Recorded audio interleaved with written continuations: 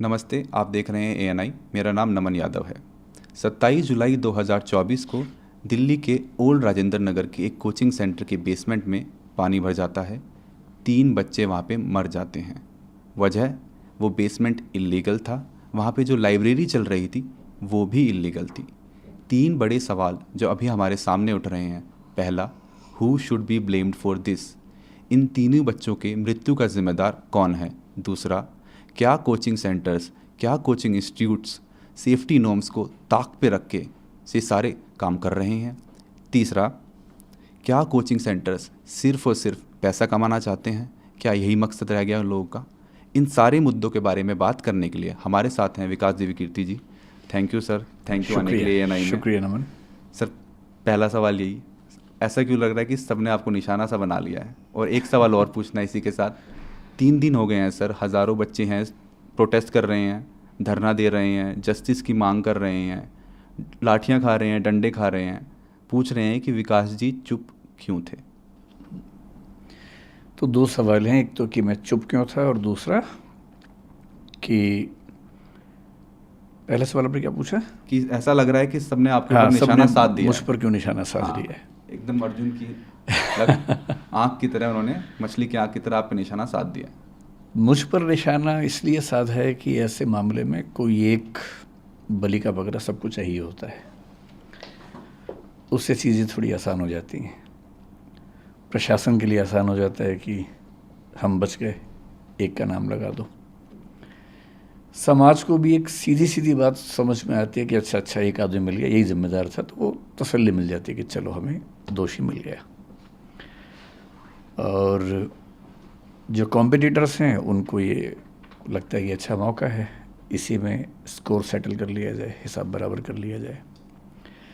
जो बच्चे हैं, बच्चे जिस इमोशनल टर्बुलेंस से गुजर रहे हैं, उनकी नाराज़गी की वजह यह है कि मैं उनके साथ क्यों नहीं खड़ा हूँ। तो बच्चों की नाराज़गी जायज़ है, लेकिन जो सीलिंग का एक्शन है मेरे ख्याल से 50 से ऊपर इंस्टीट्यूट्स पे हुआ, उसमें एक नाम हमारा भी है। पर शायद उनको मुझसे ज़्यादा उम्मीद थी, इसलिए उनको ख़राब लगा, हर्ट हुए, तो नाराज़गी पूरी मुझ पे फूटी है। और मैं इस बात से बहुत संतुष्ट हूँ, अच्छा महसूस कर रहा हूँ कि सारा रोष मुझ पर है। कम से कम मैं इस बात को लेकर निश्चिंत हूँ कि वो मानते हैं कि मुझे उनके साथ और सही पक्ष में खड़ा होना चाहिए था। तो इसके लिए मैं कृतज्ञ हूँ कि उन्होंने इतना गुस्सा मुझ पर किया। मीडिया ने गुस्सा क्यों किया? क्योंकि चैनल्स को व्यूज़ चाहिए, और जिसके नाम पे व्यूज़ मिलते हैं, अभी तुक्के से पिछले कुछ समय से मुझे व्यूज़ मिल रहे हैं, तो मेरा नाम लिख के गाली देने में व्यूज़ ज़्यादा मिलते हैं, इसलिए मेरा नाम सबसे ऊपर रहता है।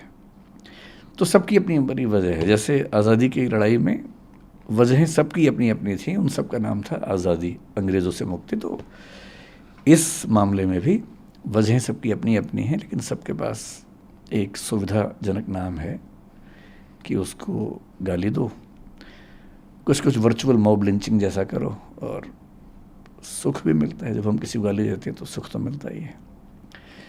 तो सब इसलिए पीछे पड़े हैं, सबकी अपनी अपनी वजह हैं। लेकिन ठीक है, जब यूट्यूब ने, सोशल मीडिया ने मुझे प्रसिद्धि दी पिछले 3-4 साल में, मुफ्त में इतनी सारी प्रसिद्धि मिली, तो क्या होता है कि जब कुछ मिलता है तो हमें लगता है कि हम डिज़र्व करते थे, और जब कुछ विपरीत होता है तो हमें लगता है कि मेरे साथ ही क्यों हो रहा है। तो जिस तर्क से लोगों ने इतना स्नेह दिया, उसी तर्क से लोगों ने इतनी नाराज़गी मुझ पर उड़ेली। लोग एकदम ठीक हैं, गुस्सा एकदम जायज़ है, पर मेरी अपनी वजह है कि मैं इतना लेट क्यों हुआ।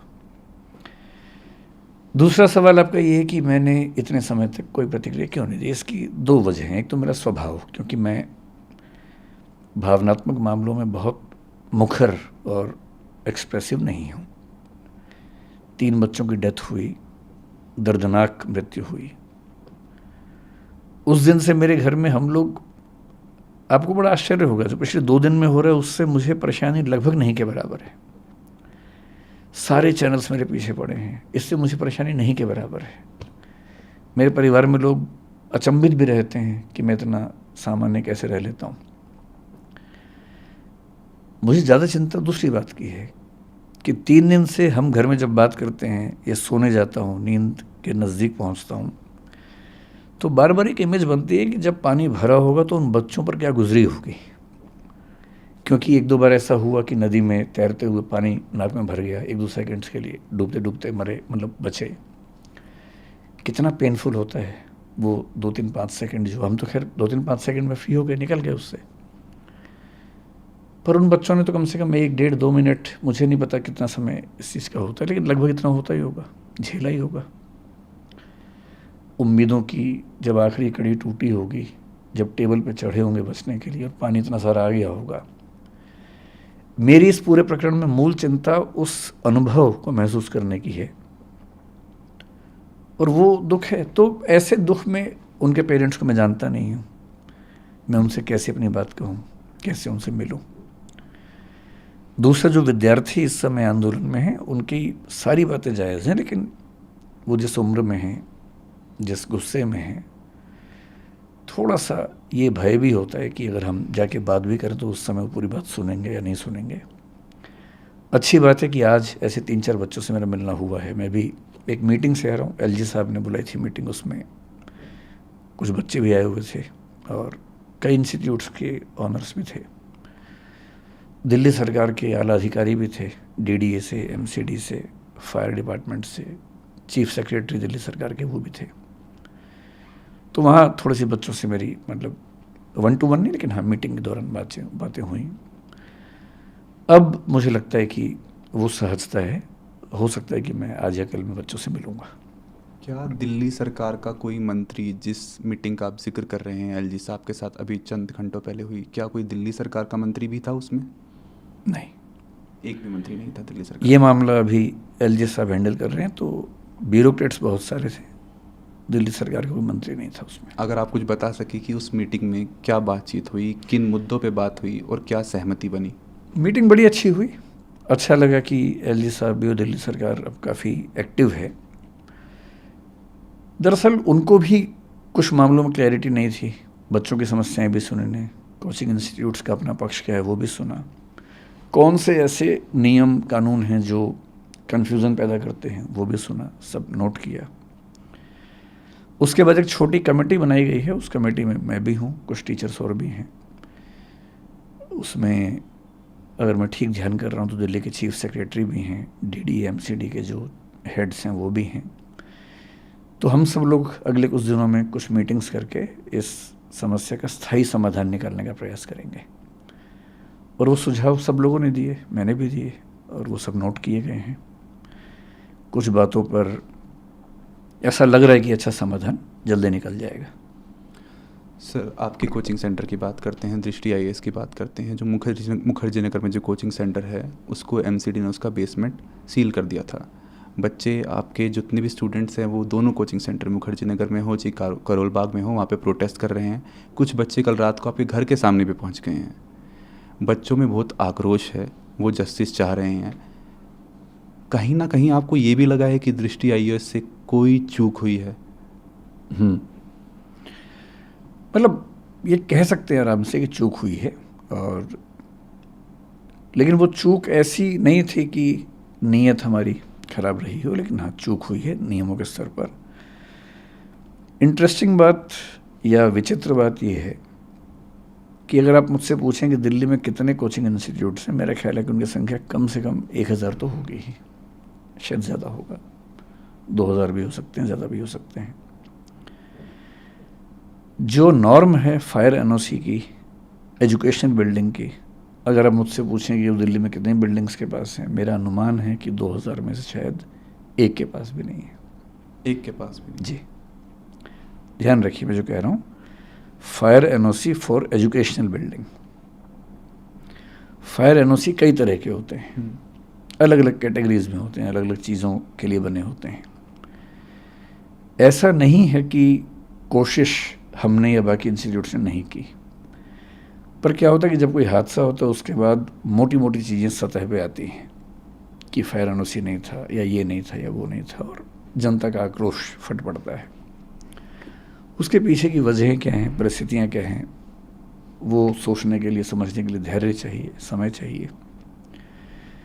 तो मैं असल में 3 दिन से ये भी चाह रहा था कि पहले सारी स्थितियाँ सामने आ जाएं, क्योंकि 1-1.5 दिन तक तो ये स्पष्ट नहीं हो रहा था कि कितने बच्चे थे, क्या स्थिति है। धीरे धीरे चीज़ें स्पष्ट हुई, तो फिर आज ये मीटिंग हुई, तो मेरा ख्याल है कि अब हम उन सब बातों पर ज़्यादा स्पष्ट रूप से बात कर सकते हैं। जहाँ तक बात है हमारी बेसमेंट की, हमारी बेसमेंट मुखर्जी नगर में थी। करोल बाग में हमारे पास 4-5 बिल्डिंग्स हैं, उनमें से एक बिल्डिंग की बेसमेंट सील हुई है। बेसमेंट जो करोल बाग में थी वो अप्रूव्ड बेसमेंट है, अप्रूव्ड कमर्शियल बेसमेंट है, जिसमें एनओसी पे लिखा हुआ है कि उसमें ऑफिस चलाया जा सकता है। उसमें ऑफिस ही चल रहा था, पर अभी एमसीडी पर जो दबाव था उन्होंने इनडिस्क्रिमिनेट तरीके से सबको सील किया है, हमें भी सील किया है। नेहरू विहार में जो बेसमेंट थी, जिसको लेके काफ़ी ज़्यादा शोर हुआ, दरअसल क्या होता है कि जैसी बेसमेंट की बात आई तो सबके मन में बेसमेंट की एक इमेज बन गई है, एक छवि बन गई है। छवि ऐसी है कि एक छोटी सी बेसमेंट है, उसमें कुछ बच्चे बैठे हुए हैं, एक ही दरवाज़ा है, अगर वो बंद हो जाएगा तो क्या होगा। एकदम जायज़ बात है। जो नेहरू विहार की बेसमेंट थी वो किसी घर की बेसमेंट नहीं थी, वो एक कमर्शियल मॉल है, उसकी बेसमेंट है। बहुत बड़े आकार की बेसमेंट है, उसमें 1 नहीं 2 नहीं 7 एग्जिट हैं।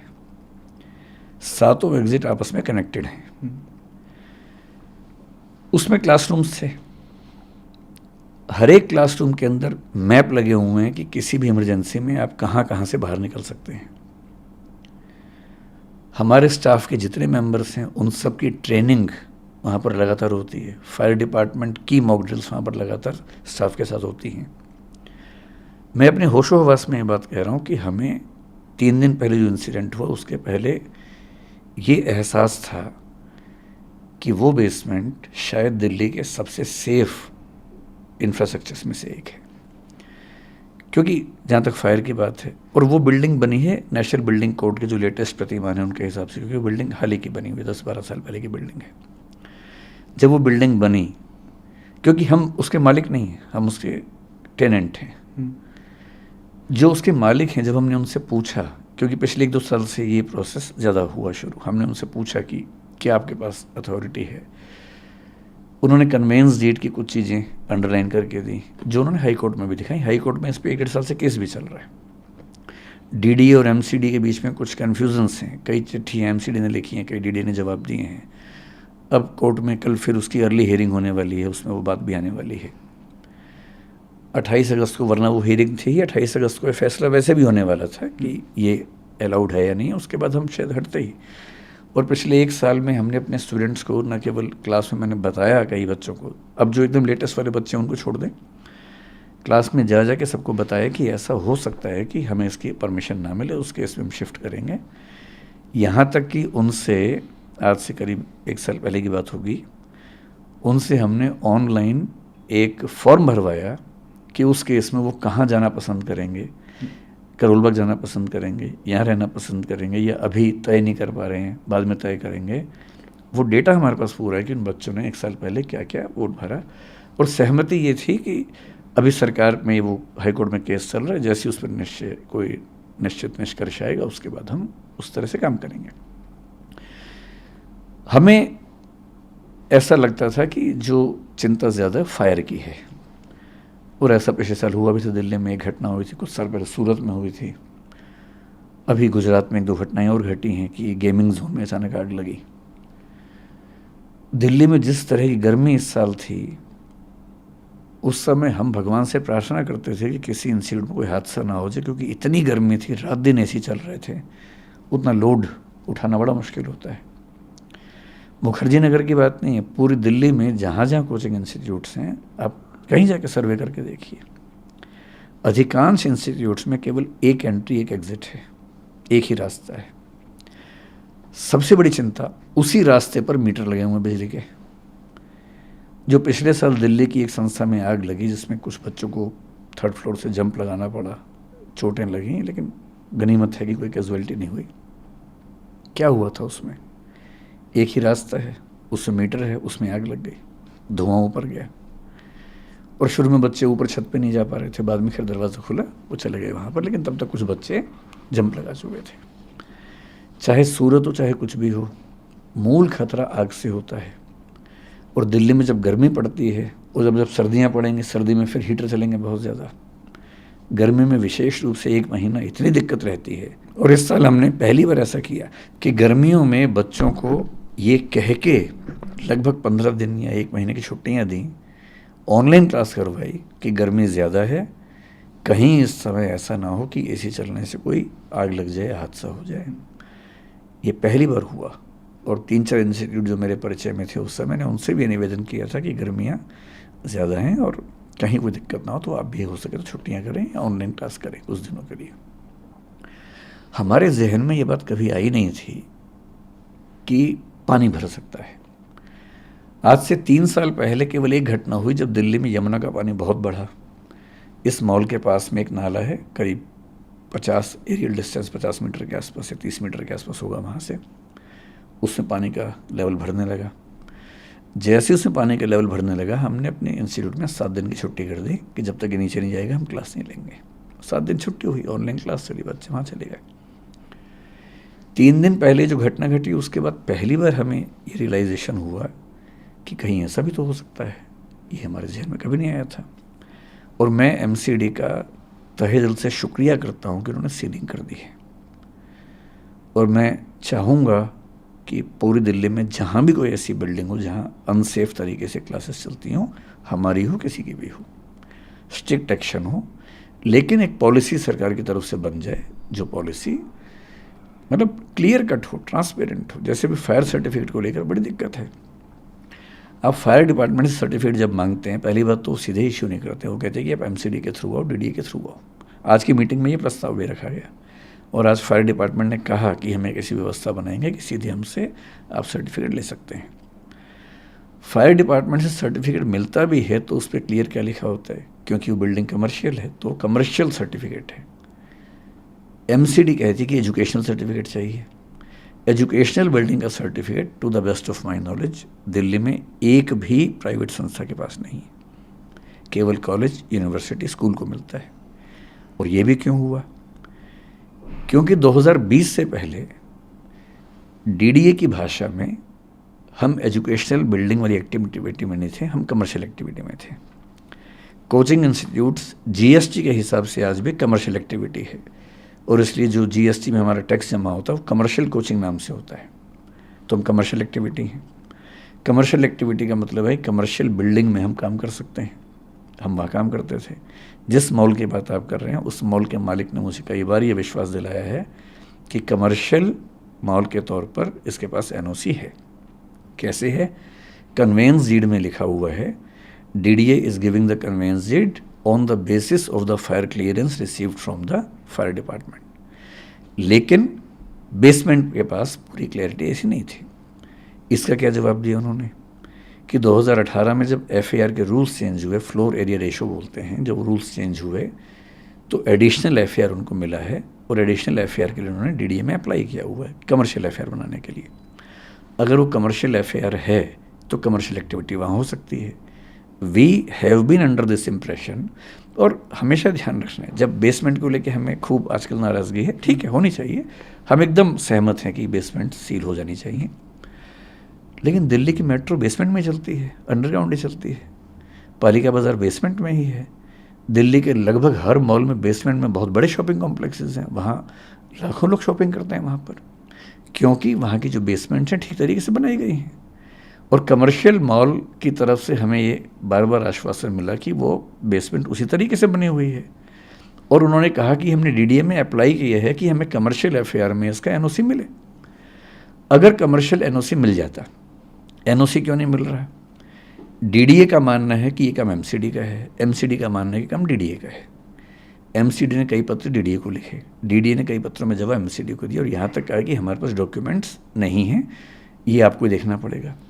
पिछली मीटिंग में हाई कोर्ट में डीडीए ने पहली बार ये कहा कि हम एमसीडी को राइट्स दे रहे हैं और अब एमसीडी जो कल हियरिंग होने वाली, शायद उसके बाद हमें वैसे भी इशू करती, या तो परमिशन मिल जाती या वो इशू करती कि आपको ये छोड़ना पड़ेगा, तो हम छोड़ते उसको।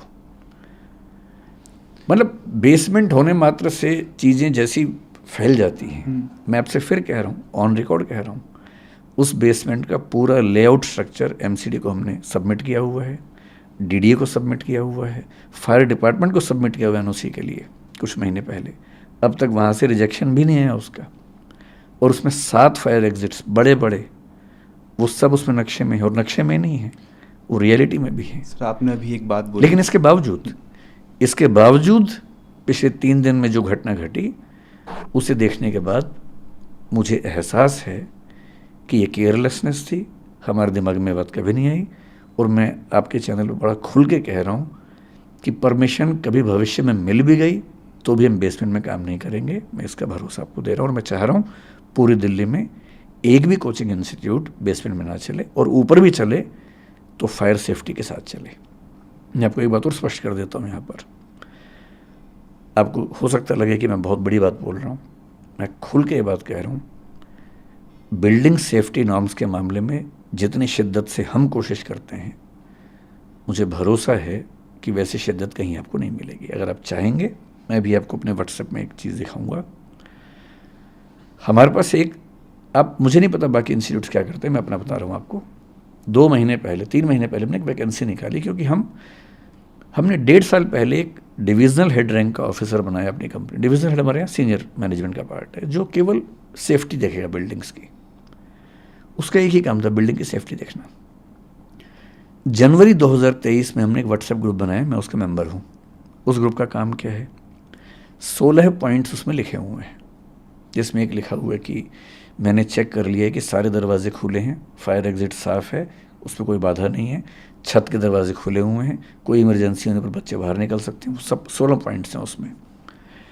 ये 16 के 16 पॉइंट्स पे हमारी हर बिल्डिंग के बिल्डिंग इंचार्ज को रोज़, ये मैं महीने की बात नहीं कर रहा हूँ, रोज़ की बात कर रहा हूँ, एक अपडेट डालना होता है कि मैंने ये सारे 16 पॉइंट चेक कर लिए हैं, ये सारे ठीक हैं, अगर इसके बाद भी कोई दिक्कत आती है तो मैं इसके लिए ज़िम्मेदार हूँ। ये रोज़ होता है। आप अगर व्हाट्सएप मेरा देखना चाहेंगे, इसके बाद देखिएगा। और ये हर बिल्डिंग के लिए रोज़ होता है। इसके अलावा 3 महीने पहले हमने एक वैकेंसी निकाली, 2 महीने पहले ज्वाइनिंग हुई मई के अंत में, एक ऐसे व्यक्ति की जिसका नाम ही है फायर एंड सेफ्टी ऑफिसर। उनका काम क्या है, वो 14 साल से बड़े बड़े मॉल, बड़े बड़े हॉस्पिटल्स में, फोर्टिस जैसे हॉस्पिटल में, एम्बियंस जैसे मॉल में फायर एंड सेफ्टी काम कर चुके हैं। वो दृष्टि के पेरोल पे हैं। उनका एक ही काम है कि सारी बिल्डिंग्स का ऑडिट करना, और जहाँ ज़रा भी दिक्कत है सेफ्टी के मामले में उसको ठीक करना। उनके अंडर हमने फायर मार्शल्स नियुक्त किए हैं अपनी बिल्डिंग्स में, ताकि कभी फायर की दिक्कत आए तो नॉर्मल स्टाफ ट्रेंड है हमारा नियम है कि जब भी कोई स्टाफ ज्वाइन करता है, MTS मल्टीटास्किंग स्टाफ जो होता है, 7 दिन के अंदर उसकी फायर ट्रेनिंग होती है। और इसके अलावा अब हम फायर मार्शल्स हर बिल्डिंग में अपॉइंट करें, ताकि कभी फायर हो जाए, क्योंकि वो ट्रेंड हैं, बहुत ज़्यादा सीख के आए हैं, तो वो तुरंत आग बुझा देंगे, जबकि बाकी लोग शायद उतना तुरंत ना बुझा सके। हर क्लासरूम, हर ऑफिस में फायर एक्सटिंग्विशर्स हमने लगा रखे हैं, जो लगातार रिफिल होते हैं।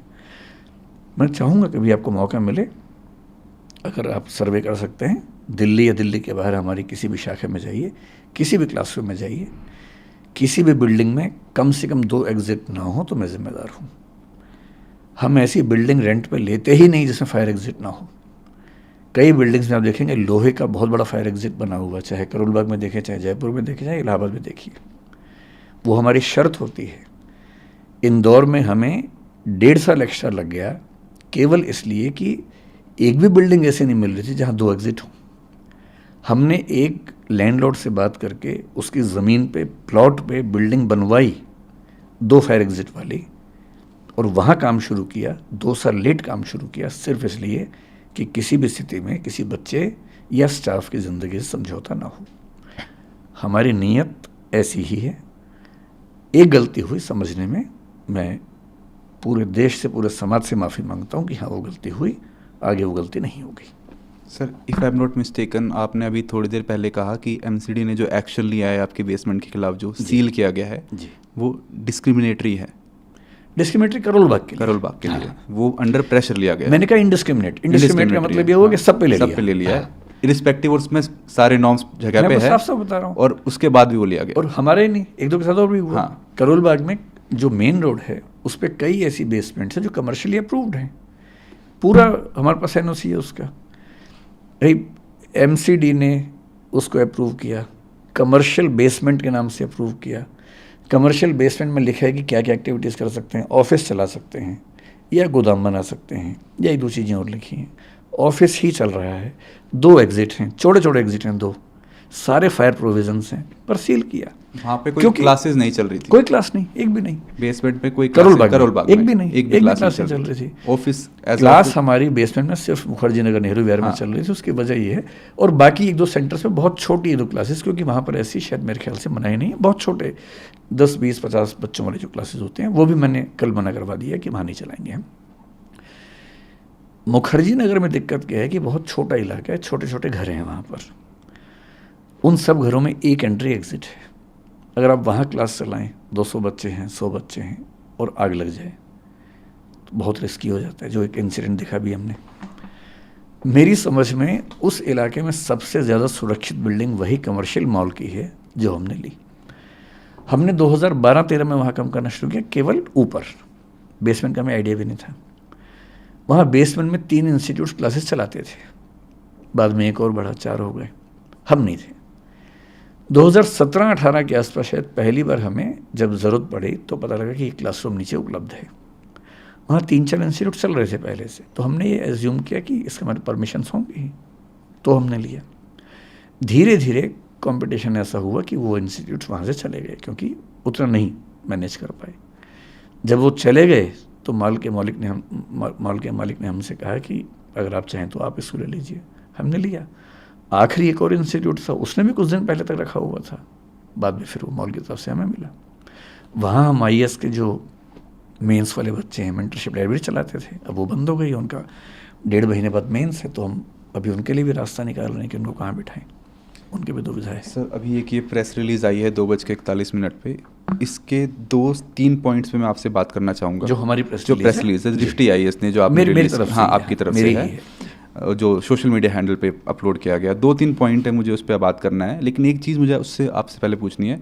जब मैं ट्विटर पे कमेंट सेक्शन में जा रहा था इसमें, तब बहुत सारे स्टूडेंट्स का ये आक्रोश था कि विकास जी हमारे साथ एक बार ग्राउंड पे आए तो सही, एक बार हमारी बात तो सुने, एक बार हमारे बीच में बैठे तो सही। वो आए ही नहीं अभी तक, 3 दिन हो गए हैं। कुछ बाकी टीचर्स भी आए हैं, मिनिस्टर्स भी गए हैं, लेकिन जो टीचर जिसे हम इतना प्रेम करते थे, जिसे इतना सुनते थे, जिसे इतना फॉलो करते थे, वो 3 दिन बाद स्टेटमेंट रिलीज़ कर रहा है और हमारे बीच नहीं आया। नहीं, देरी के लिए तो हमने खेद जताया है, क्योंकि मैं आप स्टूडेंट से मिलने जाएंगे? एकदम जाऊँगा। मैं दरअसल कोशिश करता हूँ, मेरी हमेशा से आदत रही है कि चीज़ें पूरी स्पष्ट होने के बाद प्रतिक्रिया दूँ, हड़बड़ी में ना दूँ। तो मैं थोड़ा वेट कर रहा था, मेरा ख्याल है कि थोड़ा पहले कर देना चाहिए था। दूसरा, स्टूडेंट से अब तक नहीं मिलने की वजह वही थी कि आक्रोश जब बहुत ज़्यादा होता तो आप अपनी बात ठीक से रख भी नहीं सकते हैं। मेरा ख्याल है कि आज या कल में मैं उन बच्चों से मिलूँगा, और मुझे उम्मीद है, और बच्चे दिल के बड़े कोमल होते हैं, जितना जल्दी नाराज़ होते हैं उतना जल्दी वो ठीक हो जाते हैं। तो मुझे पता है कि बच्चों की नाराज़गी मुझसे क्यों है और वो दूर कैसे होगी। सर एक 5th पॉइंट आपकी प्रेस रिलीज में है, वो बोलता है कि DDA, MCD and Delhi fire department के नियमों में असंगति है, कॉन्ट्राडिक्टरी है। आप समझाएंगे कि क्या वो लॉज हैं जिनमें कॉन्ट्राडिक्टरी है, ये वेल कोऑर्डिनेटेड नहीं है आपस में? दिल्ली में ये समस्या है कि अलग अलग विभागों में कोऑर्डिनेशन थोड़ा कम दिखता है। आज भी इस मीटिंग में सब बातें हुई। जैसे मैं आपको एग्जांपल देके समझाऊँ, DDA ने पहला मास्टर प्लान 1962 में बनाया, फिर 2001 में बनाया। 2001 तक, जहाँ तक मेरी जानकारी, मिक्स्ड लैंड यूज़ नाम की कोई चीज़ नहीं होती थी। 2005 या 6 की बात है कि सुप्रीम कोर्ट ने एक आदेश दिया कि दिल्ली में जो भी commercial activities non commercial area में चल रही हैं वो सब सील होंगी। सब कुछ सील होने लगा, कोचिंग इंस्टीट्यूट्स भी हुए, बाकी एक्टिविटीज़ भी हुई। इतना विरोध हुआ कि उसमें फिर दिल्ली की सरकार को प्रस्ताव रखना पड़ा, संसद को एक्टिव होना पड़ा, और तब उस समय 2008 में पहले संसद ने थोड़ा सा रिलीफ दिया, और उसके बाद 2008 में या 9 में master plan of Delhi MPD 2021 लेके आए, जो पारित हुआ। उस मास्टर प्लान में ये कहा गया कि अब से 3 तरह के एरियाज होंगे, कमर्शियल, रेजिडेंशियल और mixed land use. Mixed land use का मतलब ये है कि जो रेजिडेंशियल हैं पर उनमें कमर्शियल एक्टिविटीज़ भी चल सकती हैं, एक निश्चित परसेंटेज तक चल सकती हैं। अगर आप MPD पढ़ेंगे मास्टर प्लान ऑफ दिल्ली 2021 का पढ़ेंगे।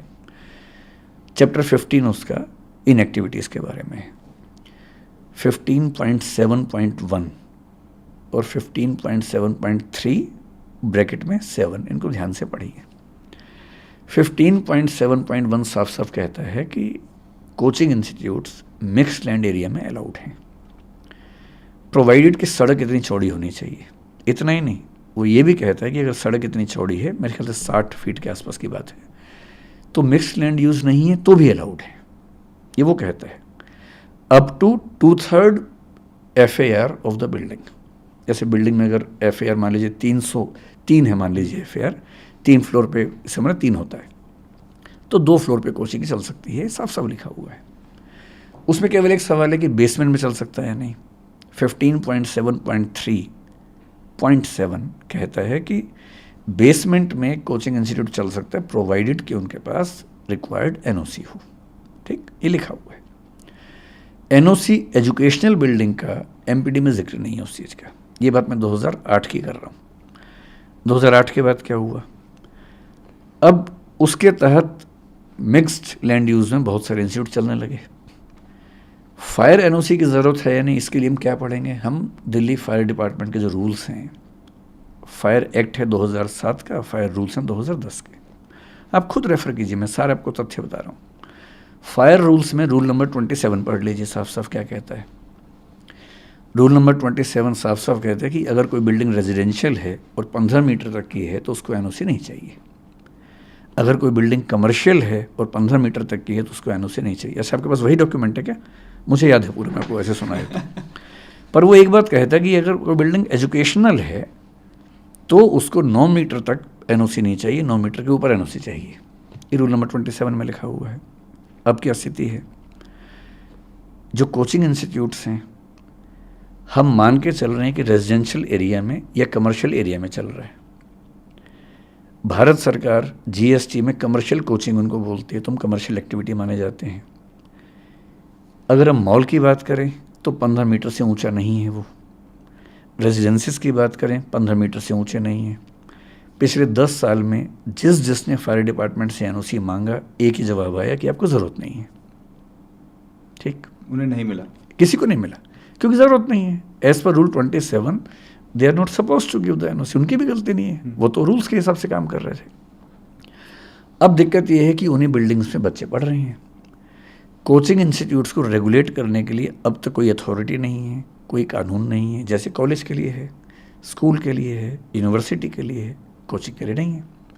अभी भारत सरकार ने एक प्रपोजल दिया है, क्योंकि एजुकेशन कॉन्करेंट सब्जेक्ट है तो सेंटर अपनी ताकत थोपने से बचता है। वो राज्यों से बोलते हैं कि आप नियम बनाओ, एक पॉलिसी फ्रेमवर्क दिया, राज्यों से कहा कि आप इसकी बेस से पॉलिसी बनाइए। अभी तक मेरे ख्याल से किसी राज्य ने बहुत सीरियस स्टेप नहीं लिए। हालांकि कुछ राज्यों ने, बिहार ने, उत्तर प्रदेश ने, शायद राजस्थान ने पहले से एक पॉलिसी बना रखी थी अपनी। अब स्थिति ये है कि कोचिंग चल रही है, फायर NOC की ज़रूरत नहीं है क्योंकि रूल ये कहता है। पिछले साल एक घटना घट गई दिल्ली में। जब वो घटना घटी तो सबको चिंता हुई, वो भी लाजमी बात है, चिंता होनी चाहिए। तो सीलिंग शुरू हुई, कोर्ट में केस गया, हाई कोर्ट ने सुओ मोटो कॉग्निजेंस लिया और हाई कोर्ट ने केस लिया। उसकी वजह से चीज़ें बड़ी दुरुस्त हुई, क्योंकि हाई कोर्ट जब इन्वॉल्व हुआ तो चीज़ें ठीक होनी थी, क्योंकि हाई कोर्ट तो सबसे पूछ सकता है। जो कोऑर्डिनेशन की कमी है हाई कोर्ट में तो नहीं होती, वो वहाँ तो सब इकट्ठे होते हैं। तो हाई कोर्ट ने पूछा कि क्या प्रावधान है। अब इस बीच में DDA ने 2020 में यूनिफाइड बिल्डिंग बाई लॉज में संशोधन किया, जो 2016 के नियम थे। उसमें क्या किया, एजुकेशनल बिल्डिंग के हेडिंग में कोचिंग इंस्टीट्यूट्स का नाम लिख दिया, जो कि पहले नहीं लिखा हुआ था। तो 2020 से कोचिंग इंस्टीट्यूट्स में नॉर्म कौन सी लागू होगी, एजुकेशनल बिल्डिंग की। एजुकेशनल बिल्डिंग के लिए नियम बहुत सख्त हैं और इसका मतलब है कि मास्टर प्लान में संशोधन के बाद जिन लोगों ने मिक्स लैंड में कोचिंग चलाया, कन्वर्जन चार्ज पे किया, 10 साल का पार्किंग चार्ज पे किया, जो कि नियम था उस समय का, अब वो भी वहाँ नहीं चलेंगे। तो हाई कोर्ट में पॉइंट्स उठाए गए, सब लोगों ने उठाए। वहाँ पर होते होते कन्फ्यूज़न ये था कि नेशनल बिल्डिंग कोड ये कहता है कि 100 से कम बच्चे अगर हैं तो उस बिल्डिंग को एजुकेशनल बिल्डिंग नहीं माना जाएगा। ठीक, लेकिन यूनिफाइड बिल्डिंग बाई लॉज 2020 उसमें एक लाइन आ गई कि अगर 20 से ज़्यादा बच्चे हैं तो एजुकेशनल बिल्डिंग माना जाएगा। अब एक ही राज्य में दो कानून अलग अलग बात कह रहे हैं। इसका मतलब ये हुआ कि 20 से ज़्यादा बच्चे, अगर 30 बच्चे हैं तो एक कानून के हिसाब से एजुकेशनल बिल्डिंग है, एक के हिसाब से नहीं है। अब एमसीडी ने जब सीलिंग शुरू की तो दिल्ली फायर डिपार्टमेंट ने पिछले 1 साल में क्या स्टैंड रखा, बड़ा क्लियर स्टैंड रखा और अच्छा स्टैंड रखा। उन्होंने अपनी समझ से अच्छा रखा। उन्होंने कहा कि एजुकेशनल बिल्डिंग के लिए जो फायर नॉर्म्स है रूल 27 में वो ये हैं कि अगर 9 मीटर तक की बिल्डिंग है तो वहाँ तक हमें एनओसी नहीं चाहिए। लेकिन आप ढूंढ रहे हैं उसको, नहीं। देखिए रूल नंबर 27 को देखिए, उसमें है, उसमें क्या था कि कमर्शियल और रेजिडेंशियल बिल्डिंग को 15 मीटर तक एनओसी नहीं चाहिए। 15 मीटर तक, लेकिन एजुकेशनल बिल्डिंग को 9 मीटर के ऊपर चाहिए। अब अगर हम एजुकेशनल बिल्डिंग मान लें इनको, तो 9 मीटर तक क्या होता है, ग्राउंड और फर्स्ट फ्लोर कवर हो जाता है। तो दिल्ली फायर डिपार्टमेंट ने पिछले 1 साल में जो स्टैंड रखा वो ये रखा कि ग्राउंड और फर्स्ट फ्लोर पे अगर कोचिंग चल रही है तो एनओसी नहीं चाहिए, उसके ऊपर है तो चाहिए। तो मुखर्जी नगर में, दिल्ली के बाकी क्षेत्रों में कोचिंग इंस्टीट्यूट ने जनरली क्या किया, 2nd 3rd फ्लोर को बंद करना शुरू कर दिया, ग्राउंड फर्स्ट पे एक्टिविटीज़ करनी शुरू की। हालांकि मेरा अपना मानना है कि फर्स्ट फ्लोर पे भी रिस्क उतना ही हो सकता है, अगर सीढ़ी एक ही है तो खतरा उतना ही है, मेरा अपना ऐसा मानना है। ग्राउंड पे आमतौर पे 2 रास्ते होते हैं तो इतनी दिक्कत नहीं है। अगर सरकार मानना चाहे तो इस बात को कंसिडर करना चाहिए। अब इसलिए सीलिंग नहीं हुई क्योंकि ग्राउंड फर्स्ट पे चल रहा था।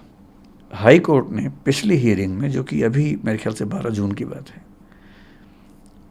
12 जून नहीं सॉरी, उससे पिछली हियरिंग शायद 10 मई को हुई थी वो हियरिंग मेरे ख्याल से, उसमें एक नया स्टैंड लिया और उसने कहा कि अगर एजुकेशनल बिल्डिंग है, पहली बात तो एजुकेशनल बिल्डिंग है या नहीं, हम केवल एक बात से तय करेंगे कि यूज़ क्या हो रहा है।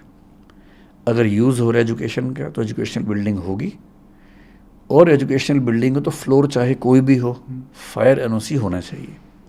और फायर एनओसी कौन सा होना चाहिए, एजुकेशनल बिल्डिंग वाला होना चाहिए। और एजुकेशनल बिल्डिंग वाला फायर एनओसी मेरी जानकारी में दिल्ली में एक भी प्राइवेट इंस्टीट्यूट के पास नहीं है। 2000 में से मतलब मेरे अनजाने में 2-4 के पास किसी तरह से हो तो हो, मेरी जानकारी में एक के पास भी नहीं है। विकास जी, सारी बातें एक तरफ, लेकिन हकीकत तो ये है कि 3 बच्चे मर गए एकदम। वो 3 बच्चे नहीं हैं, 3 फैमिलीज़ हैं जी। उनसे बहुत सारे लोग जुड़े हुए हैं। काफ़ी सपने थे, यूपीएससी में जाएंगे, सिविल सर्वेंट बनेंगे। श्रेया यादव, तानिया सोनी और निविन डाल्विन, ये 3 बच्चे मर गए हैं, पानी में डूब के मर गए। किसी ने सोचा भी नहीं होगा, ऐसे सपने में भी नहीं सोचा होगा कि 3 बच्चे डूब के मर जाएंगे। किसी की तो जिम्मेदारी बनती होगी, कहीं ना कहीं तो वो बक रुकेगी, कहीं ना कहीं तो अकाउंटेबिलिटी फिक्स होगी। एकदम ठीक बात। क्या ये एमसीडी की गलती थी, सरकार की गलती थी, किसकी गलती थी? मतलब मैं इस चीज़ से बचता हूँ कि हम सारी गलती किसी एक पर ही थोप दें, जैसे सोशल मीडिया मुझ पर थोप रहा है। आप भी किसी एक पर थोपना चाहें तो थोप लें, पर मैं नहीं थोपूंगा। गलती किसकी है? मेरे ख्याल से एक कमी ये है कि अलग अलग कानून, अलग अलग एजेंसीज में कोऑर्डिनेशन की कमी है। नीयत सबकी ठीक है, अगर थोड़ा कोऑर्डिनेशन होता, जैसे आज की जो मीटिंग थी उससे बड़ा अच्छा प्रस्ताव एक व्यक्ति ने दिया जिसको एलजी साहब ने तुरंत एक्सेप्ट किया। हम सब ने कहा कि सर आप एक ऐसी कमेटी बना दीजिए जहां हम बैठ के सारी बातें समझा दें, सारा पक्ष रख दें, फिर जो आप आदेश देंगे, जो नियम बनाएंगे, आप केवल 10-15 दिन का समय दे दीजिए। जो उस नियम को ना माने उसको बंद कर दीजिए। हम सबसे पहले तैयार हैं उस चीज़ के लिए। हमें भी तो क्लैरिटी चाहिए कि क्या क्या नियम है। इस घटना की जिम्मेदारी अगर तय करनी हो तो मेरे ख्याल से पहली समस्या ये वाली है। भ्रष्टाचार तो निश्चित रूप से है ही, कहने की बात ही नहीं है। अगर आप उस दिन के वीडियो को देखेंगे तो मैं बहुत परेशान रहा उस वीडियो को देख के कि सड़क पर बहुत पानी भरा हुआ है। बेसमेंट का जो लेवल है वो सड़क के लेवल से बहुत ही नज़दीक है। ऊंची बेसमेंट नहीं है, लगभग उसी लेवल की बेसमेंट है। बहुत खतरा नज़र आ रहा है कि अगर पानी उछला तो अंदर चला जाएगा। इतने में एक जीप वहाँ से गुजरी और मुझे आज पता लगा कि वहाँ एक बड़ा सा पैनल रख के रोका हुआ था पानी को अंदर जाने से, और अंदर बच्चे लाइब्रेरी में बैठे हुए थे। जैसी वो जीप तेज़ी से गुजरी, पानी ज़ोर से उछला और उस पानी से वो टूट गया जो टेम्परेरी रास्ता बना हुआ था, तो पानी अंदर जाने लगा। तब भी हमें दुविधा थी कि अचानक इतना पानी कैसे गया होगा, क्योंकि अगर 30-40 बच्चे थे और पानी आते हुए देखेंगे तो शायद निकलने का रास्ता रहता। एक तो दरवाज़ा बंद हुआ जो बायोमेट्रिक होने की वजह से हुआ, ये बहुत बड़ी समस्या हुई। दूसरा जो आज उन बच्चों ने बताया उस मीटिंग में वो ये था कि पानी एक खास गति से जा रहा था और बच्चे बाहर निकल रहे थे और अनुमान था कि निकल भी जाएंगे, किताबें लेके निकल रहे थे क्योंकि पानी इतना था कि उनको लगा किताबें छोड़ के निकलेंगे तो बचेगा नहीं कुछ। इतनी देर में पानी के बहाव से जो एग्जॉस्ट फैन था, वो जो एरिया था, वो भी टूट गया और जैसे ही वो टूटा पानी का पूरा बांध एक साथ अंदर गया और उन बच्चों की बात जो मैं समझ पाया कि कमर तक के पानी से सिर के ऊपर तक पानी जाने में केवल शायद 50 सेकंड या 1 मिनट लगा। ये इतना कम टाइम था कि इतने टाइम में शायद हम में से कोई भी ना सोच पाता ना निकल पाता। फिर एलजी साहब ने आज बड़ी अच्छी बात उसमें ये भी कही कि वहाँ जो सीवर लाइन्स थी वो इलीगल कंस्ट्रक्शन से, एंक्रोचमेंट से कवर हो गई थी। ये भी एक समस्या है। एनक्रोचमेंट भी ऐसे तो नहीं होते हैं, उसमें भी कहीं ना कहीं तो कोई ना कोई शामिल होगा ही होगा। मेरा अपना मानना था कि बेसमेंट थोड़ी ऊंची होती बेहतर होता, लेकिन आज मुझे पता लगा कि जो नए नियम हैं जिसमें स्टिल्ट पार्किंग बनाना ज़रूरी है, उसमें शायद 8 सेंटीमीटर का कोई नियम है। अब नियम है या ये मतलब जनरली ऐसा होता मुझे नहीं पता, लेकिन शायद इस वजह से बेसमेंट्स बहुत ऊँची नहीं बनती है दिल्ली में, एक वजह ये भी है। इन सब के साथ मैं ये खुल के मानता हूँ कि इसमें कोचिंग इंस्टीट्यूट्स की एक बड़ी जिम्मेदारी बनती है, हमारी भी बनती है। संयोग की बात है कि हादसा कहीं और हुआ, लेकिन हमें नोशनल सेंस में समझना चाहिए कि हादसा कहीं भी हो सकता था। इसको रेक्टिफाई करना सभी इंस्टीट्यूट की जिम्मेदारी है। मैं अपने हिस्से की जिम्मेदारी बहुत खुल के निभाने को तैयार भी हूँ, तत्पर भी हूँ, और मैं आपके सामने स्पष्ट कर रहा हूँ कि किसी भी सूरत में जो चीज़ें अलाउड नहीं है दिल्ली में वो हम नहीं करेंगे, और चाहे हमें दिल्ली छोड़नी पड़े, चाहे कहीं और जाना पड़े, जो भी अप्रूव्ड बिल्डिंग्स होंगी हम वहीं काम करेंगे। सर, जिस इंसान का आप जिक्र कर रहे थे जो वो जीप चला रहा था, थार चला रहा था, उस बंदे को दिल्ली पुलिस ने अरेस्ट कर लिया है। उसको बताया ये मस्तीखोर है और उसको बताया वो ज़्यादा ज़ोर से गाड़ी चला रहा था, उसकी वजह से वो जो उन्होंने बांध सा लगाया हुआ था वो टूट गया और इसलिए पानी भर गया। उस बंदे को अरेस्ट कर लिया। इसे आप कैसे देखें? ये तो देखिए, जब लोग बहुत आक्रोश में होते हैं उनको खुश करने के लिए, संतुष्ट करने के लिए ऐसे एक्शन सरकार लेती है। सरकार को भी पता है, पुलिस को भी पता है कि इस पर केस ऐसा कुछ बन नहीं पाएगा। मैक्सिमम ये केस बनेगा कि उसने रैश ड्राइविंग करके आसपास के लोगों को परेशान किया, पानी उछाला उनके ऊपर, क्योंकि उसकी ऐसी इंटेंशन नहीं थी। मेंसरिया के बिना आप कैसे आरोप कोई लगाएंगे? तो मेरे ख्याल से अभी जैसे एमसीडी ने बहुत बड़े पैमाने पर सीलिंग की, उसका पर्पस भी ये है कि जो एक नाराज़गी है लोगों में वो तुरंत उससे संतुष्ट किया जा सके। उस व्यक्ति की गिरफ्तारी का मसला भी है। मेरे ख्याल से जब मामला कोर्ट में जाएगा 1-2 हियरिंग में उसे बेल तो मिली जानी चाहिए। सर, भारत में एक और चीज़ होती है कि जब तक कोई बड़ी घटना ना हो ना, तब तक कोई एक्शन नहीं होता।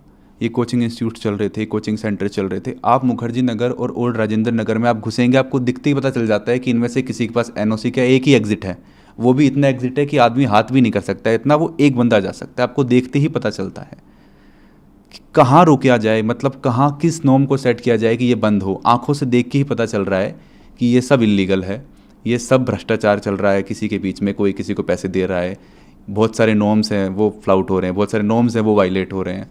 तो where should the buck stop? कहीं ना कहीं तो लाइन ड्रॉ करेंगे ना कि मतलब अभी बस मेरे ख्याल से इस हादसे से जो सीखना चाहिए वो ये कि नो कंप्रोमाइज अप्रोच हो। मैं आपको एक और उदाहरण बताता हूँ। अगर आप मुखर्जी नगर जाएंगे, मेरा विश्वास है कि पूरे मुखर्जी नगर में एक ही ऐसी बिल्डिंग है जिसमें 2 एग्जिट्स हैं। एक आध कोई और हो तो मुझे पता नहीं, मैं एक को जानता हूँ, हमारी अपनी बिल्डिंग है। वहाँ कुछ क्लासेस चलती हैं, मेरे ख्याल से वो बंद हो जाएंगी, क्योंकि हमें ये चिंता रहती है कि इमरजेंसी में बच्चे कहाँ से निकलेंगे। हम एक तो सीढ़ियों में मीटर आमतौर पे हमेशा ध्यान रखते हैं कि मीटर वहाँ से दूर हो, तब भी कहीं कोई क्राइसिस हो तो बच्चे कहाँ से निकलेंगे। छत के दरवाजे हम हमेशा खोल के रखते हैं और कोशिश करते हैं कि आसपास की छतों पर जाने का ऑप्शन रहे। इसके अलावा हमने उस बिल्डिंग में पीछे की साइड में, बिल्डिंग के अंदर ही सारे फ्लोर्स को काट कर एक फायर एग्जिट बनाया और बच्चों के लिए नियम बनाया कि वो आएंगे इस तरफ से, जाएंगे उस तरफ से, ताकि उनको उस तरफ से जाने की प्रैक्टिस हो। लेकिन उसके बाद भी हमें उसका एनओसी नहीं मिल पाएगा। हालांकि हमने अप्लाई किया हुआ है, देखते हैं रिजेक्शन आता है कि नहीं आता है। उसके पीछे आर्गूमेंट जो होने वाला है वो ये कि एजुकेशनल बिल्डिंग के लिए शायद फायर एग्जिट की चौड़ाई एक स्पेसिफिक है, वो मेरे ख्याल से उतने एरिया में नहीं बन पाती है, लेकिन ठीक है। एक दिक्कत इंस्टीट्यूट्स की भी आप समझें कि वो सब एक साथ हैं, एक हब है, बच्चे भी वहाँ हैं। अगर आप किसी एक को बाहर निकाल देंगे तो ख़त्म हो जाएगा। होना ये चाहिए कि सबको एक साथ आप रीलोकेट कर दें। और जो डीडीए के वाइस चेयरमैन हैं, जो शुभाशीष पंडा जी हैं, कुछ दिन पहले मेरी उनसे बात भी हुई थी। उन्होंने खुद एक प्रस्ताव मुझे दिया था कि अगर आप उचित समझें कि सारे इंस्टीट्यूट्स मिल के काम करना चाहें तो क्या नरेला में हम एक बड़ा हब बना सकते हैं कोचिंग का। मैंने कहा प्रस्ताव अच्छा है, लेकिन सबके मन में दुविधा ये होगी कि अगर वो चला गया और बाकी नहीं गए तो क्या होगा। तो बेहतर है कि आप एक मीटिंग बुला के सबसे बात कीजिए, और यदि ऐसा कुछ होगा तो मैं आगे बढ़ चढ़ के उसमें हिस्सा भी लूँगा, और यदि सहमति बनती है तो आगे बढ़ना चाहूँगा। आज की मीटिंग में भी उन्होंने ये प्रस्ताव रखा फिर से, और लगभग ये सहमति बनी कि डीडीए नरेला क्षेत्र में, क्योंकि वहाँ हज़ारों फ्लैट्स हैं जो बच्चों के हॉस्टल्स बन सकते हैं, और हॉस्टल्स की जो दिक्कत बच्चों को आती है कि बहुत छोटे कमरे हैं, वो भी वहाँ सॉल्व होती है। तो हो सकता है कि निकट भविष्य में आप देखें कि दिल्ली विकास प्राधिकरण डीडीए नरेला में, या रोहिणी की बात भी उन्होंने की, और ये भी कहा कि कुछ और एरियाज़ में भी वो कोशिश करेंगे देखने की कहाँ ऐसी व्यवस्था बन सकती है। तो हो सकता है कि दिल्ली सरकार इस पर कोई बड़ा स्टेप ले, और अगर ऐसा होगा तो मेरे ख्याल से इंस्टीट्यूट्स को आगे बढ़कर साथ देना चाहिए सरकार का। सर, जिस लाइब्रेरी में पानी घुसा और 3 लोगों की मृत्यु हुई, 3 यूपीएससी एस्पिरेंट्स की जान गई, उस स्पेसिफिक लाइब्रेरी का नाम मेंशन करके, उसका जिक्र करके दिल्ली के अफसरों को बताया गया है कि यहाँ पे हादसा हो सकता है 1 महीना पहले। अच्छा, बताया गया, लिखा गया और रिमाइंड भी करवाया गया। ये किसने, मुझे इसकी ये जानकारी एक नहीं है। ये ग्रीवेंसेस किसने ऑफिसर कहा? को लिखा है, एक बच्ची ने लिखा है। तब तो ये हाँ, मतलब लिखा है, sheer negligence का मामला है। बताया गया और उस रिमाइंड भी करवाया गया। नहीं, अगर ऐसा है तो उसके मैं बाद ये हुआ है। मैं बिल्कुल भी ये नहीं आप इसको कहूँगा कि सिस्टमैटिक कुछ नहीं देखते। ये निश्चित तौर पे फेलियर है। अगर ऐसा है कि पहले आइडिया था, मुझे भी कल किसने बताया कि शायद पहले, आज उन बच्चों ने बताया कि पहले भी पानी भरा था। मतलब मेरा अपना मानना है कि अगर ऐसा है तो फिर इस पर बहुत बहुत कठोर कार्रवाई होनी चाहिए। सर, एक दूसरा पहलू भी आया। अब जब ये हादसा हुआ तो उसके बाद रिपोर्टर्स गए हैं वहाँ पे, काफ़ी एंकर्स गए हैं, वो सुविधाओं को देख रहे हैं, वो फैसिलिटीज़ को देख रहे हैं। तो एक बच्चा जब मुखर्जी नगर में और राजेंद्र नगर में घुसता है, और राजेंद्र नगर में घुसता है, तो उससे पैसे कैसा निकाला जाए ये स्टार्ट हो जाता है। वो सबसे पहले जाएगा कोचिंग इंस्टीट्यूट में, कोचिंग सेंटर में एडमिशन लेगा, 2 से 2.5 लाख रुपए वहाँ लगेगा। उसके बाद 50-60 हज़ार रुपये अगर क्रैश कोर्स और करना है तो वहाँ लगेगा। उसके बाद उसे घर नहीं मिलेगा। जब तक ब्रोकर को वो पैसे नहीं देगा 1 महीने का सिक्योरिटी डिपॉजिट, तब तक उसको पैसे नहीं मिलेंगे और घर नहीं मिलेगा। उसके बाद उसके मकान मालिक नखरे करता है, वो उसको घर नहीं देता। इतने छोटे छोटे घर होते हैं सर। हाँ। कहीं तो रुकेगा। मतलब कितना इन स्ट्रगल्स को ग्लोरीफाई किया जाएगा। नहीं, ग्लोरीफाई करने का मसला बिल्कुल भी नहीं है। असल में क्या है कि अगर इसके पीछे बहुत स्पष्ट बात करें तो वो ये है कि दिल्ली के इलाके सेचुरेट हो चुके हैं। जितना वहाँ का इंफ्रास्ट्रक्चर है और जो बच्चे आ रहे हैं, एक तो जो बच्चे आ रहे हैं उतने बच्चे वापस नहीं जाते हैं, हर साल नए बच्चे आते हैं। इंफ्रास्ट्रक्चर लिमिटेड है और वो सेचुरेशन के लेवल पर है। तो मतलब मेरा अपना मानना है कि अगर दिल्ली की सरकार ऐसा कोई बड़ा एरिया, जैसे आज बात चल रही थी कि शायद 400-500 एकड़ की ज़मीन वहाँ पर है जो मिल सकती है, तो मेरे ख्याल से ये समस्या स्थायी रूप से समाप्त होगी। 50 दिन बचे हैं मेंस के एग्ज़ाम के लिए। जी, आपका मैसेज क्या होगा जो बच्चों को, जो प्रोटेस्ट कर रहे हैं, जो धरना पे बैठे हैं, जो जस्टिस मांग रहे हैं? क्या अगर मतलब जो बच्चे मेंस दे रहे हैं इस बार, उनको तो मेरा निवेदन ये है कि वो पहले रुक कर मेंस की तैयारी करें। बाकी बच्चे इस मुहिम में रहें, और मेरा ख्याल है कि बच्चों का प्रेशर जितना है वो ज़रूर कोई बढ़िया परिणाम निकालेगा। और बढ़िया परिणाम मेरे हिसाब से एक ही है, जिस भी बिल्डिंग में सेफ्टी पर्याप्त ना हो, चाहे वो मेरी हो चाहे किसी की भी हो, उसमें कोचिंग इंस्टीट्यूट नहीं चलना चाहिए। नंबर 2, सारी एजेंसीज़ की सहमति से, जो समिति बनी है जिसमें मुझे भी उन्होंने शामिल किया है, सारी एजेंसीज़ की सहमति से एक कोई बड़ा एरिया दिल्ली में ऐसा मिले जहाँ पर सब संस्थाएं जाएं। जो ना जाना चाहें ना जाएं, लेकिन वो इतना हो जाए कि सब लोग जब वहाँ जाएंगे तो फिर दबाव में सब आते ही हैं, क्योंकि हब बन जाता है तो उसके बाद उसकी अलग एक एक्सेप्टेंस हो जाती है। और यदि उसके बाद भी ऐसा कोई नेग्लिजेंस सामने आए जिसमें बार बार बताया गया हो, तो तो जितनी कठोर कार्रवाई हो सके होनी चाहिए। सर, ये दृष्टि आईएएस की और या किसी और कोचिंग सेंटर की बात नहीं है। राजेंद्र नगर, मुखर्जी नगर में लोगों ने अपने घर के बेसमेंट के अंदर लाइब्रेरी खोल रखी है। हाँ। वहाँ पे पीजी खोल रखा है। हाँ, एक कमरे को 4 भागों में बेसमेंट का पीजी मैं नहीं जानता हूँ, हाँ, लाइब्रेरी में लाइब्रेरी खोल रखी है। वहाँ पे हाँ। बेड डाल देते हैं, एक ही रूम में 4 और बच्चों को वो दे देते हैं। खेल- 1000 से ज़्यादा। नहीं, इसका वही मूल कारण वही हाँ। है कि जो बच्चे हैं बहुत ज़्यादा रहने की जगह है नहीं, तो फिर वो लोग उस तरह से खेलते हैं। क्या ये सब एमसीडी सरकार को नहीं दिख रहा है या आंख अच्छा, आप मूंद उस ली? एंगल से बात हाँ। कर रहे हैं तो निश्चित रूप से जो हॉस्टल्स हैं, पीजीज हैं, उनके लिए भी नॉर्म्स उतने स्ट्रिक्ट होने चाहिए जितने स्ट्रिक्ट कोचिंग के लिए, क्योंकि हम जो कोचिंग इंस्टीट्यूट्स वाले होते हैं उनका हॉस्टल से कोई ऐसा लिंक नहीं होता है, सिवाय इसके कि हमने एक अस्मिता स्कीम चला रखी है जिसमें हम बच्चों का रहना खाना अपने स्तर पे उठाते हैं। अभी दिल्ली में ऐसे करीब 500 से 600 बच्चे इस समय हैं जिनका रहना खाना हम देखते हैं। तो हम कुछ पीजी ओनर से बात करते हैं, हम कुछ उनको लिस्ट देते हैं कि ये शर्तें हैं, ये आप पूरी करेंगे तो हम पेमेंट करेंगे, तो उन शर्तों को पूरा करते हैं, जिसमें ये साफ़ सफाई और इमरजेंसी में बाहर निकलने का रास्ता, वो सब चीज़ें हम उनसे पूछते हैं। लेकिन हाँ, ठीक बात है, जो नॉर्म्स कोचिंग इंस्टीट्यूट के लिए वो हॉस्टल के लिए भी होनी चाहिए, इसमें कोई किंतु परंतु की बात नहीं है। और ये भी ध्यान रखना है कि कोचिंग इंस्टीट्यूट में तो बच्चा जैसे एक बार उसने फ़ीस दी, लेकिन रहना है उसको 3 साल तक। और दिल्ली में मेरे ख्याल से 20-25 हज़ार से कम में 1 महीने का खर्चा नहीं चलता किसी बच्चे का। तो 1 साल में उसका रहने का खर्चा 3 लाख रुपए के आसपास है, 3 साल में 9 लाख रुपए है। असली खर्चा तो वहाँ पर होता है, तो थोड़ी सुविधाएं भी ठीक हों। तो यदि हम किसी ऐसे स्थान पर शिफ्ट हो जाएं, सब लोग, बच्चे भी, जहाँ थोड़े खुले खुले हॉस्टल्स हों, धूप हवा भी आती हो, और कोचिंग इंस्टीट्यूट भी थोड़े बड़े एरिया में हों, बेसमेंट की नौबत ना हो, सीढ़ियाँ कम से कम 2-2 हर फ्लोर पे हों इमरजेंसी के लिए, सबके लिए अच्छा है। और हो सकता है कि इस मामले में पहल हम करें, हम पीछे नहीं हटेंगे। हज़ारों बच्चे पढ़ने आते हैं, आईएएस की तैयारी करने आते हैं, आईपीएस की तैयारी करने आते हैं, सिविल सर्विसेज की तैयारी करने आते हैं मुखर्जी नगर में और ओल्ड राजेंद्र नगर में। जब वो पास आउट हो जाते हैं, जब वो आईएएस आईपीएस बन जाते हैं, क्या किसी एक बच्चे ने नहीं सोचा कि इन सारी प्रॉब्लम्स को मैं एड्रेस करूं, बड़े पैमाने पे दिखाऊं, लोगों को जागरूक करूं, बताऊं कि क्या सब चल रहा है यहाँ पे, कैसे सेफ्टी की धज्जियाँ उड़ाई जा रही हैं, कैसे फैसिलिटीज़ प्रोवाइड की जा रही हैं? क्या किसी एक इंसान ने भी नहीं सोचा? नहीं, ऐसा नहीं है। कुछ सिविल सर्वेंट्स ऐसा सोचते होंगे, ज़रूर अपनी बात रखते भी होंगे। कभी कभी ऐसा भी होता है कि जो लोग यहाँ से पढ़ के जाते हैं वही वापस आके यहाँ काम भी करते हैं। अभी भी मैं ऐसे कुछ सिविल सेवकों को जानता हूँ जो दिल्ली में पोस्टेड हैं, उन एरियाज में पोस्टेड हैं। लेकिन क्या होता है ना कि जैसे मान लीजिए कोई आईएएस है और वो भी काम कर रहा है, मान लेते हैं कि डीएम है, पर डीएम के पास बड़े फैसले करने की अथॉरिटी नहीं है, क्योंकि उसमें डीडी भी इन्वॉल्व है, एमसीडी भी है, फायर सर्विस भी है। वो अकेला क्या करेगा?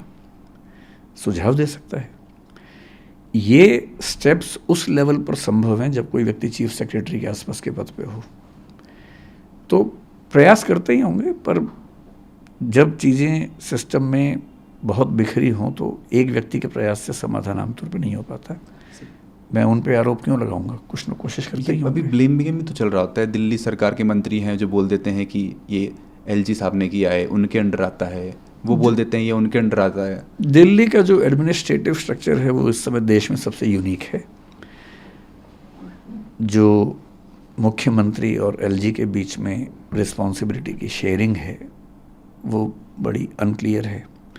सुप्रीम कोर्ट का एक आदेश है, उसके बाद एक उस पर ऑर्डिनेंस आया, एक्ट आया, तो ये खींचतानी चलती रहती है। और ये दुर्भाग्य है कि दिल्ली में चीज़ें इस वजह से फंस जाती हैं। दिल्ली सीएम और दिल्ली एलजी के बीच में जो रिफ्ट है उसका भुगतान दिल्ली के लोग कर रहे हैं, कहना गलत तो नहीं होगा? मैं इस पर टिप्पणी करने से बचूंगा, क्योंकि अभी ये मामला जिस तरह से बढ़ रहा है, मैं चाहता हूँ कि इस पर फैसले बड़े हो जाएं।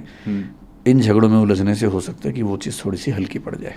ठीक है। फिलहाल मेरी रुचि इसमें कम है कि पावर सीएम के पास ज़्यादा है कि एलजी के पास ज़्यादा है। मेरी रुचि इसमें है कि अभी जो माहौल है, इस माहौल में समाधान निकल जाए और चीज़ें ठीक हो जाए। सो जब से ये घटना हुई है, 3 बच्चों की मृत्यु हुई है, तब से लोगों ने मूवीज़ पे भी बोलना स्टार्ट कर दिया। ये एस्पिरेंट्स बना, कोटा फैक्ट्री बना, उन्होंने बोला कि आप ग्लोरीफाई कर रहे हो स्ट्रगल को, एक टाइप का रोमांटिसाइजेशन हो रहा है। आप बच्चों को बता रहे हो कि आप कैसे भी हालात में पढ़ोगे, पहले साल नहीं तो दूसरे साल नहीं तो तीसरे साल आपका यूपीएससी क्लियर हो ही जाएगा। क्यों ना ऐसी कहानियाँ बताई जाएँ जिसमें क्लियर होता ही नहीं है, and how do they end up in their lifes. ठीक बात है। मैं आपको केवल अपनी जानकारी के लिए बता रहा हूँ। मैं जब भी बच्चों की क्लास लेता हूँ, आमतौर पे पहले 1 महीने में एक आध क्लास के लिए जाता हूँ, ओरिएंटेशन क्लास के लिए। जनरली मैं बच्चों को हर बार ये स्पष्ट करता हूँ कि 12 लाख लोग फॉर्म भरेंगे, 5 लाख प्रीलिम्स देंगे, 1 लाख सीरियस होंगे, उनमें से 1000 का होगा। गारंटी बिल्कुल नहीं है। और यदि कोई इंस्टीट्यूट ये कहता है कि वो करवा ही देगा, तो सवाल है कि उसका खुद का क्यों नहीं हुआ। मतलब मेरा ही प्रॉपर IAS तो नहीं हुआ, LID हुआ। तो ये तो झूठ बात। दूसरी बात रही फिल्म की, अगर आपका इशारा उस फिल्म की तरफ है जिसके साथ मैं जुड़ा हुआ था, वो फिल्म मेरे दिमाग का हिस्सा नहीं थी। 2 व्यक्तियों के जीवन पर उनके एक मित्र ने उपन्यास लिखा जो कि मेरे स्टूडेंट थे। एक बड़े प्रोड्यूसर डायरेक्टर ने उस पर फिल्म बनानी चाहिए। स्क्रिप्ट पे 2 साल काम करने के बाद मुझे कंसल्ट किया गया और मैंने मैत्री भाव से कंसल्टेशन उसमें दी। इतना ही मामला है।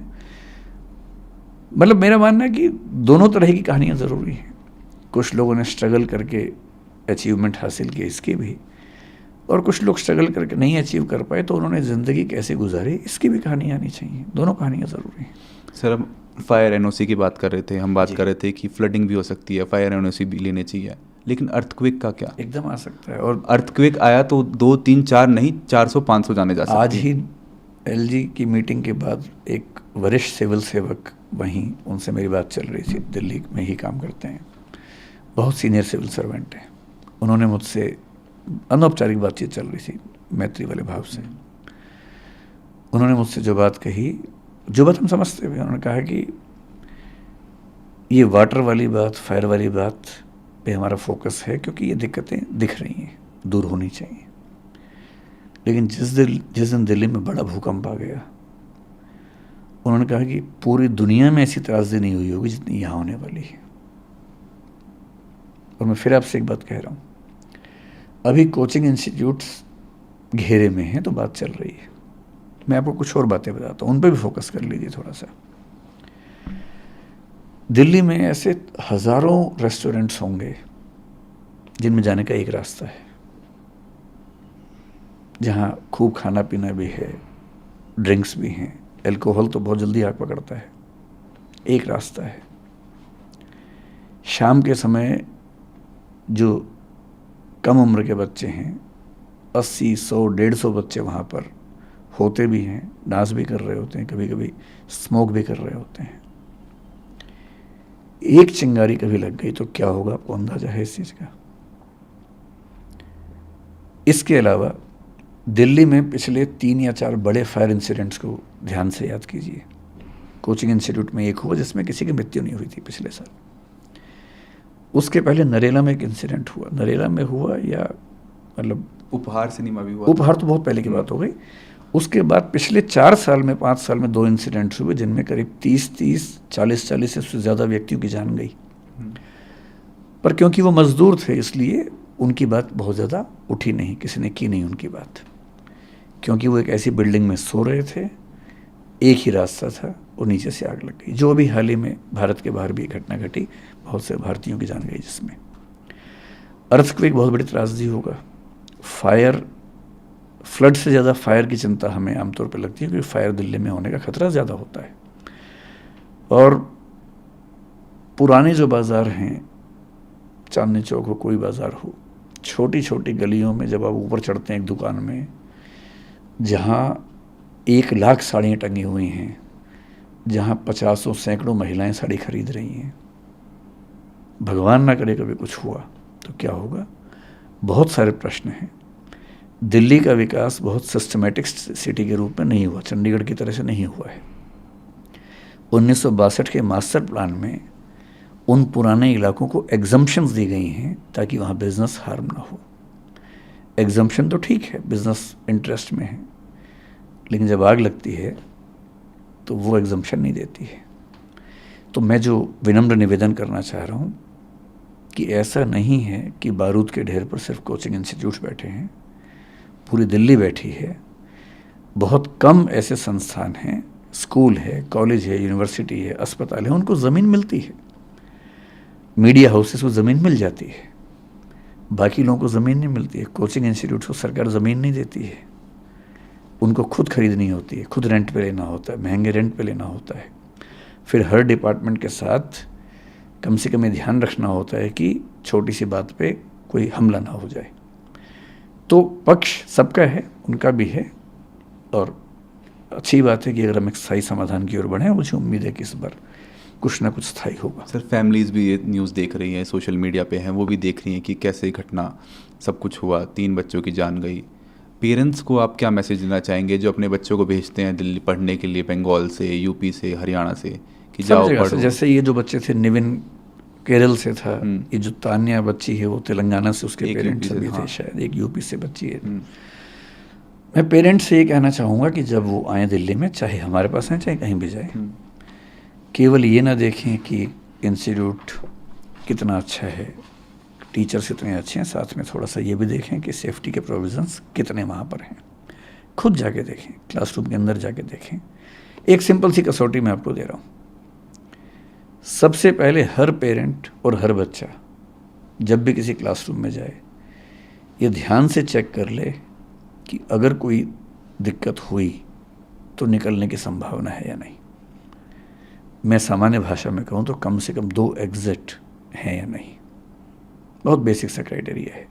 मैं जानता हूँ कि ये कहने के बाद बहुत सारे इंस्टीट्यूट मुझसे नाराज़ हो जाएंगे, वो मुझे शायद बिरादरी से बाहर कर देंगे, लेकिन मैं साफ कह रहा हूँ, जिस क्लासरूम में, बिल्डिंग में निकलने के 2 रास्ते ना हों, 2 या 2 से ज़्यादा, वहाँ आपको क्लास नहीं करनी चाहिए। अगर वो हमारा भी है तो हमारे पास भी नहीं करनी चाहिए।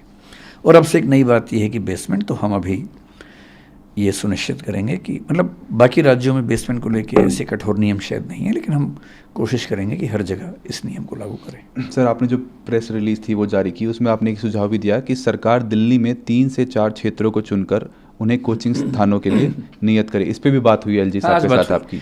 नरेला के लिए जो डीडीए के वाइस चेयरमैन हैं शुभाशीष पंडा जी, उन्होंने बात आज भी रखी, और वो कह रहे हैं कि वहाँ पर हज़ारों की संख्या में घर तैयार हैं। जो कोचिंग इंस्टीट्यूट बनाने की बात है, हम आपको लैंड भी दे सकते हैं, अगर आप कहेंगे तो हम ऐसे बिल्डर से बात करेंगे जो आपको बना के दे देंगे। तो वो, मतलब अब देखते हैं कि कितना व्यावहारिक सब लोग स्वीकार कर पाते हैं, लेकिन एक प्रस्ताव तो दिया। उन्होंने रोहिणी की बात भी की, पर ये कहा कि रोहिणी में हमारे पास बने बनाए फ्लैट्स नहीं हैं, तो हमें उसमें थोड़ा सा टाइम लगेगा, लेकिन 1 से 1.5 साल में उम्मीद है कि कहीं ना कहीं एक ऐसा हब बन जाएगा। एक डेथ्स को भी लेकर सर काफ़ी सवाल उठ रहे हैं कि 3 स्टूडेंट्स नहीं थे, 3 से ज़्यादा थे, और कहीं ना कहीं मौतों को छुपाया जा रहा है। फिर एक इसका काउंटर आर्ग्यूमेंट ये भी आता है कि भाई जो लोग मरे हैं, जो बच्चे मरे हैं, स्टूडेंट्स मरे हैं, उनके पेरेंट्स और फैमिली सामने नहीं आ रहे हैं। दरअसल जब मुखर्जी नगर में ऐसा हुआ पिछले साल, आग जब लगी, तो उस दिन भी ऐसा हुआ, अफवाह फैल गई कि शायद 15, 20, 30 बच्चों की डेथ हुई है और सरकार छिपा रही है। सरकार का पक्ष था कि डेथ एक की भी नहीं हुई है। तो मैं, क्योंकि मतलब मेरे बहुत सारे स्टूडेंट्स प्रशासन में हैं, तो मैंने दिल्ली की पुलिस में काम करने वाले एक वरिष्ठ अधिकारी को, जो इस मामले को समझ भी रहे थे, उनसे बात की।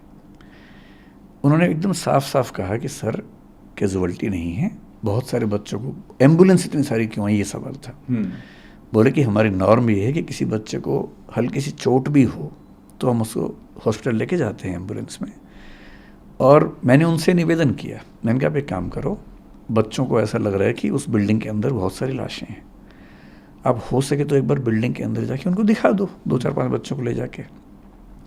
उसके बाद शायद उन्होंने ऐसा किया। एमपी साहब हमारे जो थे, मनोज तिवारी, उनको भी शायद दिखाया, कुछ बच्चों को शायद दिखाया गया। धीरे धीरे ये रूमर शांत हुआ। यहाँ की जो बात है, मेरा बच्चों से कहना ये कि अगर उनको निश्चित तौर पर ऐसी जानकारी है तो उन बच्चों का नाम बताएं जो मिसिंग हैं, जिनकी डेथ की बात है। जैसे मैंने आज ही कहीं पढ़ा कि एक बच्चे को मिसिंग बताया गया, वो बच्चा आज सामने आया कि मैं उस दिन वहाँ पर नहीं था, वो शायद नारायणा में कहीं रहता बच्चा। तो क्योंकि जब बच्चे निकले होंगे, कुछ बच्चे घायल होंगे, उनको लेके हॉस्पिटल गए होंगे, तो ये सीधी सी बात है, उस समय सबको ऐसा लगता है कि जितने लोग जा रहे हैं वो सब डेड बॉडीज़ हैं और बच्चों की चिंता लाजमी है। लेकिन अगर ऐसा एक भी नाम है जिस पर उनको डाउट है, वो नाम बताएं, उनके पेरेंट्स सामने हैं, और जैसे ही कोई बच्चा सामने, मतलब बच्चे का नाम सामने आएगा, पेरेंट्स सामने आएंगे, तो सरकार को जवाब देना पड़ेगा।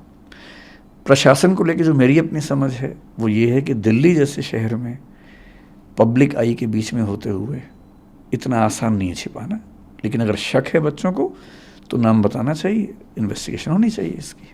सर एक नीलेश नाम का यूपीएससी एस्पिरेंट और था, उसकी कुछ दिन पहले जान चली गई थी करंट लगने की वजह से।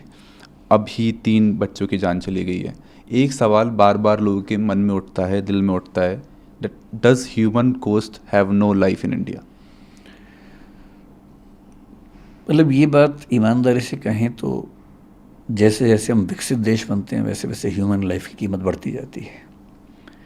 विकासशील देशों में, गरीब देशों में ह्यूमन लाइफ की कीमत उतनी नहीं होती है। मसलन नियम उतने हैं नहीं, रिसोर्सेज उतने हैं नहीं, इंफ्रास्ट्रक्चर उतना है नहीं, चलता रहता है, सबको पता है, फिर एक हादसा होता है, नाराज़गी होती है कुछ दिनों की, शांत हो जाता है। गुजरात में कुछ दिन पहले ऐसा हुआ कि एक नदी पे पुल टूटा, कितनी जानें चली गई, बहुत शोर मचा। गुजरात में ही हाल में गेमिंग जोन में आग लगी, कितने लोग मर गए।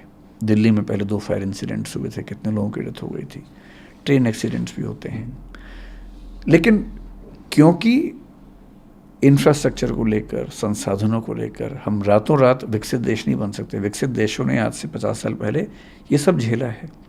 इन सब चीज़ों को झेल कर नई नीतियाँ बने, नियम बने, चीज़ें ठीक हुई। वहाँ आबादी का दबाव थोड़ा कम रहता है, जगह उनके पास ज़्यादा है, हमारे पास आबादी भी ज़्यादा है जगह की तुलना में। ईमानदारी की बात है कि भारत में और ऐसे देशों में, पाकिस्तान में, किसी और देश की बात करें, ह्यूमन बीइंग की ज़िंदगी पर खतरे ज़्यादा हैं। और दिल्ली तो बहुत ज़्यादा है। जब गर्मियाँ होती हैं तो चिंता होती है कि कहीं आग ना लग जाए। सर्दियों में भी ऐसा होता है। अब बरसात में चिंता होने लगी है कि कहीं पानी ना घुस जाए। दिवाली आते आते अगले 4 महीने चिंता है कि जिसको लंग्स में दिक्कत है, अगर किसी को मतलब अगर लंग्स से दिक्कत है तो बस वो बच जाए, क्योंकि पॉल्यूशन का लेवल इतना ज़्यादा होता है। तो निस्संदेह दिल्ली में ज़िंदा रहना भी एक चैलेंज होता है, चुनौती है।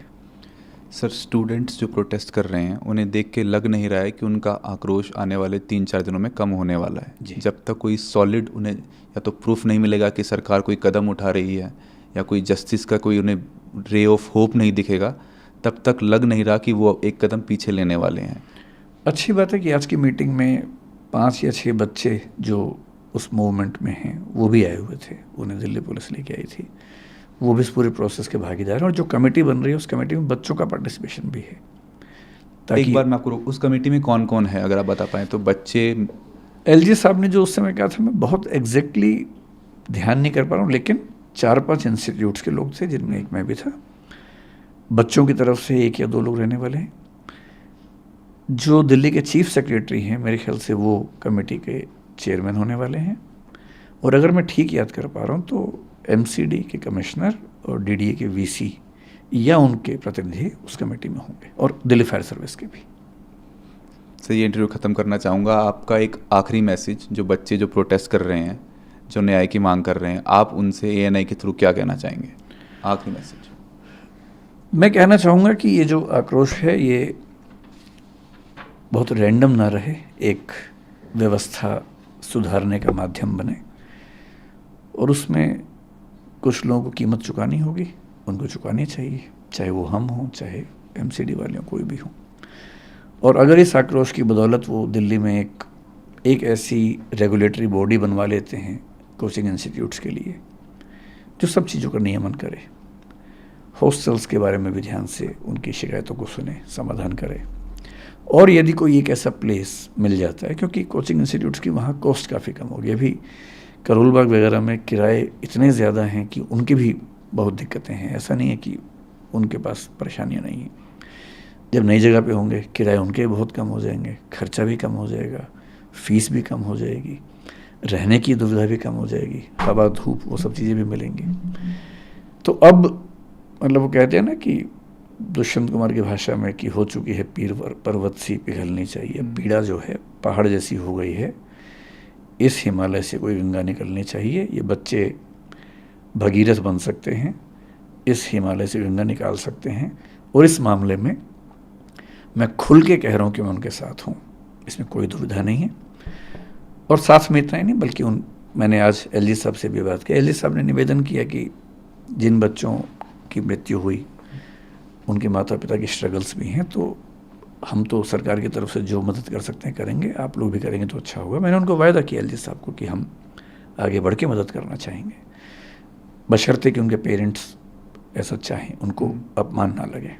तो हम आज या कल में उन बच्चों से मिलेंगे, उन बच्चों के थ्रू उन बच्चों के पेरेंट्स से मिलेंगे जिनकी मृत्यु हुई, बात करेंगे।